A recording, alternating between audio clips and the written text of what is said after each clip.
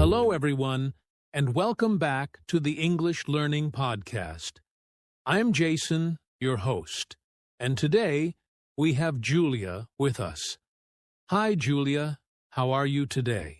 Hi, Jason. I'm doing great, thank you. And hello to all our listeners. I'm so happy to be here again. We're really glad you're here, Julia. And to all our listeners, welcome. If you are new to our podcast, this is a place where we talk about simple, clear, and fun ways to improve your English step by step. That's right. And today we have a very interesting topic. Train your mouth to talk. Yes, many English learners think speaking is just about knowing words or grammar. But actually, speaking is also about training your mouth, your lips, and your tongue, just like you train your body in the gym. Exactly. If you want to speak English more clearly and naturally, you need to practice how your mouth moves. It's like exercise, but for speaking. So in today's episode, we're going to show you step by step how you can train your mouth to talk better in English. We'll talk about warm-ups, pronunciation practice, tongue twisters, and even daily routines you can follow. And don't worry, we'll keep it simple and fun so you can follow along easily, even if you're just starting your English journey. Great. So, let's get started with today's topic. Why do we need to train our mouth to talk in English? So, Julia, before we teach our listeners the steps, let's start with the big question. Why do we need to train our mouth to talk in English? That's a very important question, Jason. Many learners know English words, they know grammar, but when they try to speak, it feels difficult. Their mouth doesn't move easily, and sometimes the words sound strange or unclear. Yes, I hear that a lot from students. They say, I know what I want to say, but I can't say it quickly. Exactly. And that happens because speaking is not only about thinking, it's also about muscles. Your lips, your tongue, even your jaw are part of speaking. If you don't train them, they move slowly or in the wrong way. That makes sense. It's like playing football or basketball. You need to train your body. If you never practice, you can't play well in a real game. Right. And in English, some sounds are new for learners. For example, the teach sound in words like think or this. If your mouth is not used to it, you might say sink instead of think. Oh yes, I've heard that mistake many times. So, training your mouth helps you say sounds more clearly, speak faster, and feel more confident. That's so true. And I think another reason is rhythm. English has a special rhythm and stress pattern. If you don't train your mouth, it's hard to get that natural flow. Exactly. That's why today's topic is so helpful. If our listeners train their mouths step by step, they will notice big changes in the way they speak English. Wonderful. So now that we understand why it's important, let's move to the next part. How is speaking like physical exercise?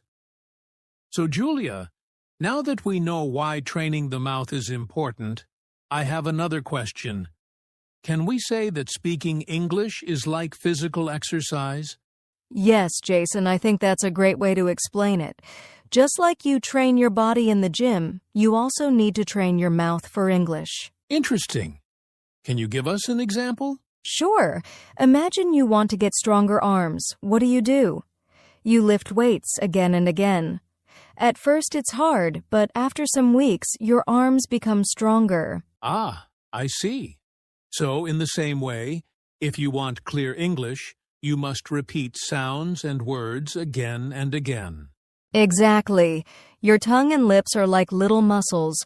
The more you practice, the faster and smoother they move when you speak. That's a very good picture. It means if I never train, I will always feel slow or awkward when speaking. Yes. And here's something funny. Have you ever tried a tongue twister, Jason? Oh, yes. Something like she sells seashells by the seashore. That's the one. When you try it the first time, your mouth feels tired, right? Yes, my tongue gets confused. Exactly. That shows us that our mouth needs training, just like our body. The more we practice, the easier it gets. So basically, learning English is not only mental, it's physical too.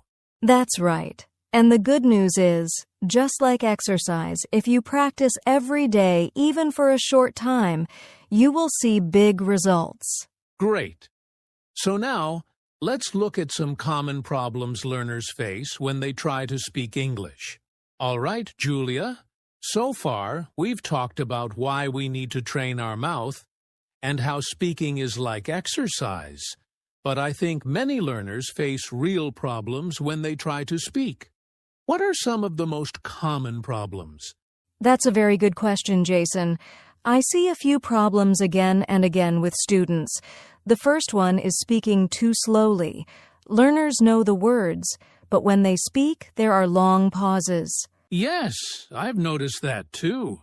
It's like they are translating from their native language in their head. Exactly. That's problem number 2. Translating instead of speaking directly. When you translate in your mind, your mouth stops moving naturally. Right? And I think another problem is fear. Many learners are afraid of making mistakes, so they don't open their mouth enough. Yes, and that leads to unclear sounds. Some learners speak without moving their lips or tongue much, so the words sound flat or hard to understand. That's a good point. It's almost like mumbling, right? Yes, exactly. Mumbling. And one more problem is rhythm. English has a special rhythm with stressed and unstressed words. If learners don't practice, their speech can sound robotic or unnatural. That's so true. I remember a student who spoke every word with the same stress, like a robot. Once they trained their mouth to follow English rhythm, they sounded much more natural. Yes. So to summarize, the common problems are speaking too slowly, translating in the mind, fear of mistakes, not opening the mouth enough robotic rhythm. That's a clear list. And the good news is, we can fix all of these problems by training the mouth step by step. Exactly. And that's what we're going to talk about next.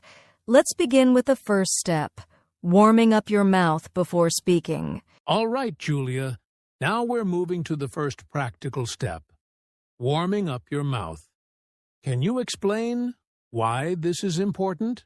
Of course, Jason. Just like athletes warm up before exercise, your mouth and tongue need a warm-up before speaking English. It helps your lips, tongue, and jaw move more easily. That makes sense. So, if I warm up my mouth, I can speak faster and more clearly? Exactly. And it's very simple. You don't need any special tools, just a few exercises that take a couple of minutes. Great. Can you give us an example? Sure. First, try moving your lips. Say A-A-E-E-O-O slowly and clearly. Open your mouth wide for A-A, smile for E-E, and round your lips for O-O. Ah, I see. So we are training our lips and mouth muscles with these sounds. Yes. Next, move your tongue. Stick it out and move it left, right, up, and down. This helps your tongue become flexible. Wow. I never thought about moving my tongue like that. That's fun. It is fun and it works. Another exercise is jaw movement. Open your mouth wide, then slowly close it. Repeat this a few times. This helps your jaw feel relaxed and ready to speak. So lips, tongue, and jaw, warm them up for a few minutes every day. That's the key. Exactly. And the best part is, you can do this anywhere, even before a class or a conversation. Just 2 to 3 minutes of warm-up makes a big difference. Fantastic. Now that we know how to warm up, let's move to the next step, practicing sounds and pronunciation. All right, Julia, we warmed up our mouths. What's next? The next step is practicing sounds and pronunciation. This is very important because some English sounds are different from what learners use in their own language. Ah, yes. I know some learners struggle with certain sounds, like teeth or R. Exactly. For example, the T sound in think, or this is difficult for many learners. Your tongue needs to go between your teeth slightly, like this. Think. This. Oh, that's tricky. But I see how practicing it slowly can help. Yes, always start slowly. Another common challenge is the R sound. In words like read or run, the tongue should not touch the roof of your mouth. Just curl it slightly. That's interesting. And what about